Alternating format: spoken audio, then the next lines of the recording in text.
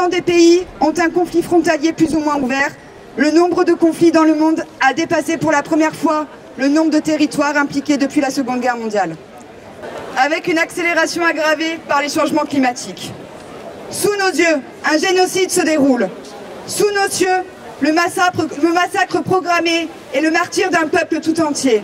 Les 2 millions d'habitants de Gaza auront été tous déplacés et une grande partie exterminée. Avec des camps se mettant en place où la malnutrition, les épidémies et les traumatismes sont omniprésents. La destruction programmée d'un peuple se fait à la fois par la confiscation des terres, par l'assassinat méthodique et le meurtre de masse des enfants qui sont l'avenir. Ainsi, 16 000 enfants ont été tués en un an, 21 000 sont portés disparus, 98% des écoles ont été rasées, 10 enfants par jour perdent une ou deux jambes. Voilà la réalité de Gaza. Voilà ce qui hante et empêche de dormir toutes les nuits. Voilà ce qui sera la honte absolue des États complices pour le siècle. Nous ne devons pas banaliser le génocide comme fait de guerre, tout comme l'embrassement de toute une région. Frappe et avancée de blindés vers le Liban et propagation du conflit sur toute la mer Rouge. Et pendant ce temps, Macron fait le choix politique de faire taire toutes celles et ceux qui ne sont pas du côté de l'OTAN, d'imposer une parole unique avec une caricature de celles et de ceux qui portent un discours de paix ou de non-alignement sur des États impérialistes et capitalistes. Notre camarade Jean-Paul Delescaux, secrétaire général de l'UD du Nord, en a payé le prix.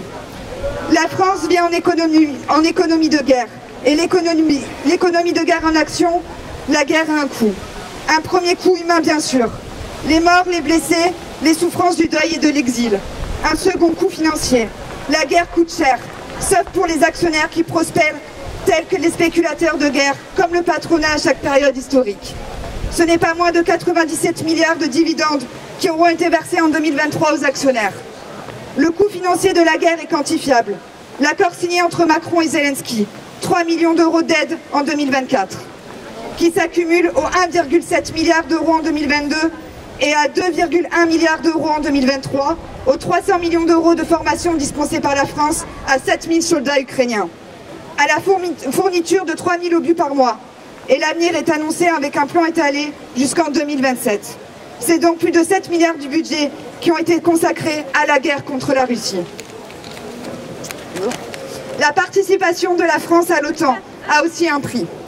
Dans la répartition globale du budget de l'OTAN, la France est 4e contributeur à la hauteur de plus de 56 millions de dollars. La loi programmation militaire 2024-2030 prévoit de consacrer 413 milliards d'euros aux armées au cours des 7 prochaines années. Ce budget représente 118 milliards d'euros supplémentaires, soit une hausse de 40% par rapport à l'année précédente.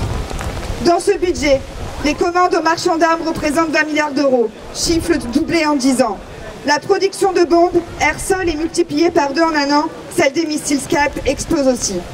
L'accélération des productions conduit à des fabrications en des temps records, dont les usines d'assaut. De même pour les missiles Mistral et radars de Thales. Alors que la France produisait en moyenne 500 obus par an sur la période des années 2010, l'objectif pour la seule année 2024 est la production de 100 000 obus. Des milliards qui manqueront à la santé publique, à l'éducation, au développement des services publics. Des milliards que les travailleurs et les travailleuses ont payé durement et vont payer encore durement. Le troisième coup de la guerre, c'est la misère du grand nombre. Et ça ne se fait pas attendre.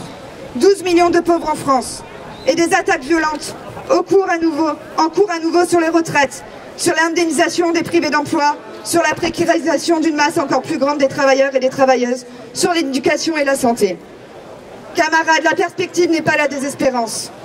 Face à ça, les travailleurs et les travailleuses doivent construire et amplifier la mobilisation.